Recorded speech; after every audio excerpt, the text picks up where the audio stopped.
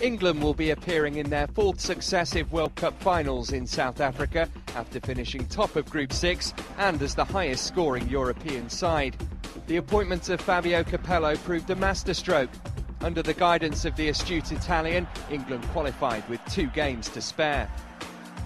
England began their campaign in Barcelona with a match against the minnows Andorra. Though hardly sparkling, England produced a workmanlike performance to claim a 2-0 win. Joe Cole with both the goals. 4 days later, England stunned Croatia by claiming a sensational 4-1 win in Zagreb. Theo Walcott hit a hat-trick. Croatia couldn't handle his pace or his finishing.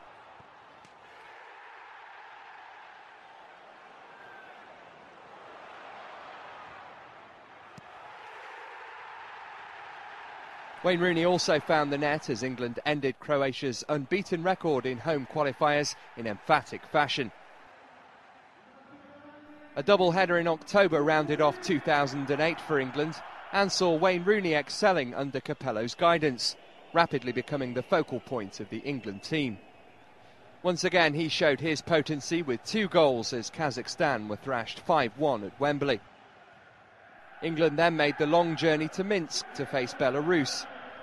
A 3-1 success came courtesy of Steven Gerrard's opener and another Wayne Rooney brace. England had ended 2008 by creating a piece of history.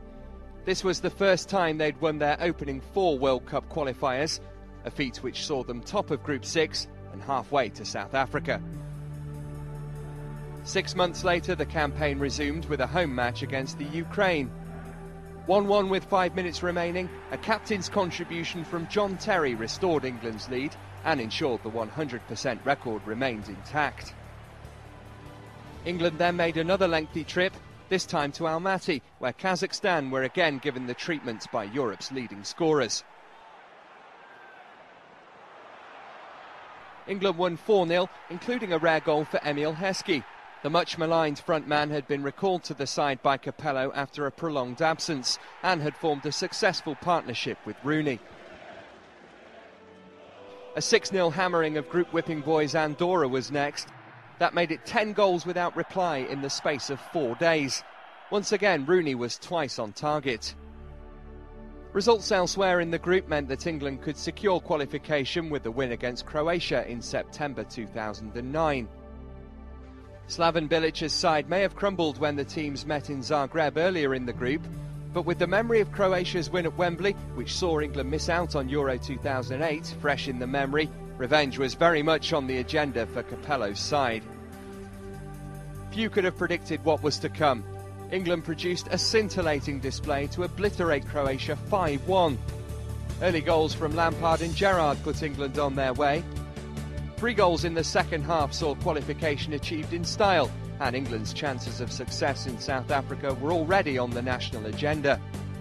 Capello had transformed England from an inconsistent team that never came close to achieving its potential under Steve McClaren to a well-organised and ruthless outfit who were scoring goals for fun.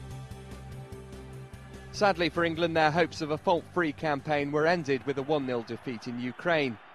Robert Green was sent off early on, and the 10 men could find no way through against the Ukraine side desperate for the points that would help them to a playoff place. The campaign did finish on a high though, with a 3-0 win against Belarus in the final game. That gave England a total of 27 points from a possible 30, 6 clear of second place Ukraine. Their tally of 34 goals was the best of any European side.